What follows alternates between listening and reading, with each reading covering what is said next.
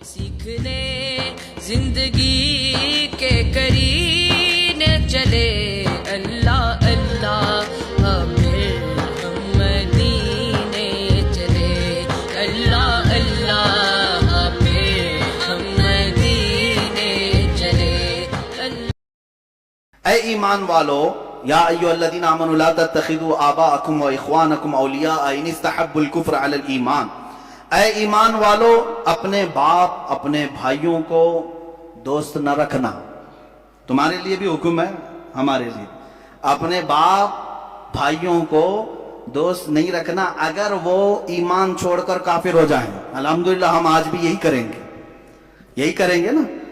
हाँ, हमारा अकीदा यही है, नबी से हो जो बेगाना उसे दिल से जुदा कर दे, पिदर मादर बिरादर जानो माल उन पर फिदा कर दे। हमारा अकीदा ये है, नबी से जो हो बेगाना वो हमारा हो नहीं सकता। और कुरान कह रहा है तुम्हारे बाप भाई वगैरह अगर ईमान को छोड़कर कुफ्र को पसंद करते हैं तो दोस्त मत रखो उनको, उनके साथ दोस्ती मत रखो, वरना क्या होगा तुम्हारे साथ भी छेड़छाड़ करेंगे और अलग मामलात होंगे। बहरहाल अब गीता में भी ऐसा ही कुछ मिलता है।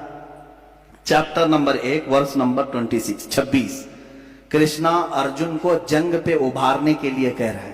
कृष्णा भगवान है, अर्जुन जो वजीर है या जो भी है, जंग करने के लिए, और अर्जुन जंग नहीं करना चाह रहा है। तो कृष्णा जी क्या कह रहे हैं, अर्जुन क्यों जंग नहीं करना चाह रहा था, ये आप पढ़ेंगे भगवत गीता वगैरह के मुताले के बाद पता चलता है कि एक जंग हुई थी पांडवों और कौरवों के बीच में। तो फिर अर्जुन ने देखा दोनों टीम में कौन है, इसके दुश्मनों की टीम में कौन कौन है, इसके दोनों तरफ देख करके अर्जुन देखा टीम बी हो या टीम ए हो, जो दुश्मनों की टीम थी, उसमें अर्जुन का बाप भी है, दादा भी है, उस्ताद भी है, मामू भी है, भाई भी है, बेटे भी हैं, दोस्त भी हैं, ससुरा भी है और अच्छा चाहने वाले भी हैं। ये सब दुश्मनों की टीम में खड़े हैं और अर्जुन इधर है। और फिर अब कृष्णा जी कहते हैं उठो जंग करो, उठो जंग करो, इसलिए कि इनकी मोहब्बत तुम्हारे ऊपर गालिब ना आए, जंग करो।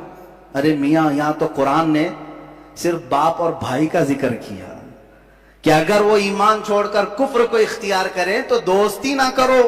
और कृष्णा तो जंग करा रहे हैं बाप से भी, दादा से भी, ससुरे से भी, बेटे से भी, भाई से भी, उस्ताद से भी, सब है भगवत गीता में। ये आयत नहीं नजर आई जिसमें ये कहा गया है अर्जुन को कि तुम मुखालिफत में, अगर तुम्हारा बाप भी आए, दादा भी आए, बेटा भी आए, भाई भी आए, उस्ताद भी आए, मामू भी आए, सब आए, जंग करो, लड़ो, उठो। ये चीज तो गीता में भी है। ये कोई क्यों नहीं कहता कि ये आयत पढ़ने के बाद कोई आतंकवादी बन सकता है, कोई अपने मामू के खिलाफ ही तलवार ले सकता है और ससुरे के खिलाफ पहले ले सकता है। हाँ, ये पढ़ने के बाद तो ऐसा लगेगा अर्जुन को जब ससुर के खिलाफ खड़े होने के लिए कृष्णा जी ने कहा है तो फिर उस पर हम क्यों नहीं अमल करें, क्योंकि ससुरा ही तो ला करके हमारे घर में रखा हुआ है।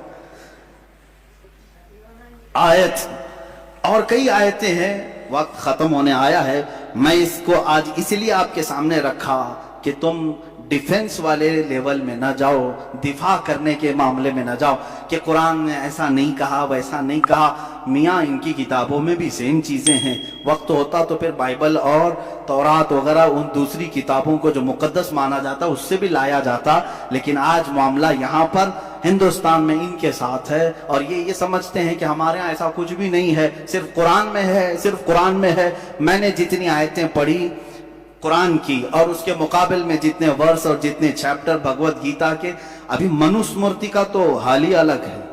मनुस्मृति जो है ये तो बहुत खतरनाक किताब है, खतरनाक किताब। इसको 2-3 मरतबा इन्होंने बदल दिया, फिर भी अभी भी जाके खतरनाक है। अभी भी जाके इसमें जो लिखा गया है, ये देखें कुरान में एक आयत है, मलऊनीन ऐनमा सुक़िफू उखिदू व कुत्तिलू तक़तीला, यानी मुनाफिकों के बारे में कहा है अल्लाह ताला ने कि लानत किए हुए लोग हैं, जहां इनको पाओ पकड़ो मारो। ये आयतें पकड़ो मारो वाली इनको बहुत तकलीफ देती।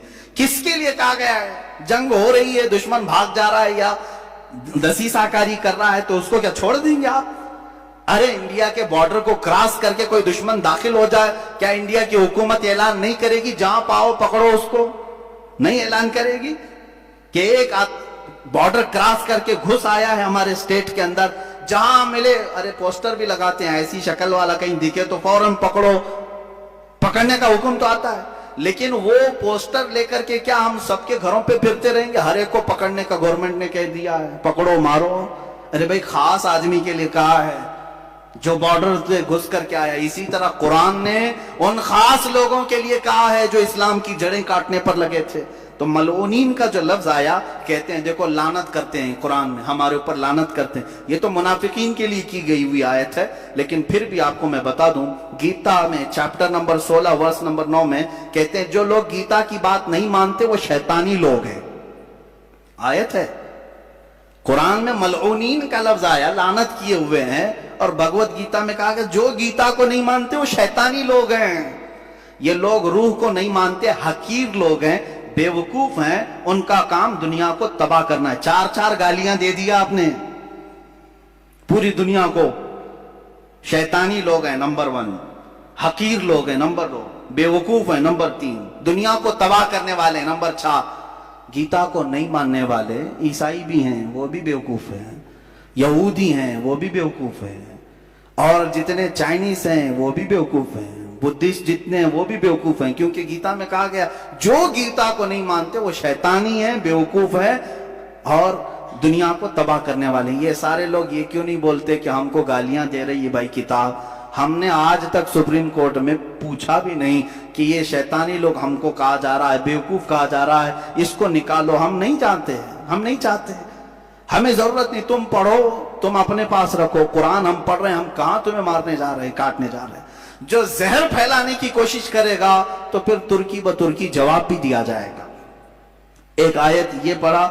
اب منوس مورتی کی جو بات میں کہہ رہا تھا اس میں یہ ہے, ہاں یہ آیت جہاد کے متعلق جو نازل ہوئی, یا ایھا النبی حرض المؤمنین علی القتال, اے نبی مومنوں کو جنگ پر ابھاریے. ان یکم منکم 20 صابرون یغلبوا 200. اللہ فرما رہا ہے اگر یہ مومنین میں 20 لوگ صبر والے ہوں گے, اللہ 200 پر غالب کرے گا, 200 پر غالب کرے گا. یہ سب توڑ مروڑ شروع ہو گئے, پیٹ میں تکلیف ہو گئی کہ مسلمانوں کو جنگ پر ابھار رہا ہے اللہ ان کا. اگر یہ 20 لوگ ہوں گے تو ہمارے 200 پر بھاری ہوں گے, 200 پہ بھاری ہوں گے. یہ آیت سب کو بتا رہے ہیں, دیکھو 20 لوگوں کو بھی اکٹھا کر رہے ہیں, 200 پہ تم بھاری ہو جاؤ گے, 200 پہ تم بھاری ہو جاؤ گے. میاں کیا قرآن میں ہی ہے یہ؟ منوس مورتی چیپٹر نمبر 7 ورس نمبر 74 کیا کہتی ہے کتاب؟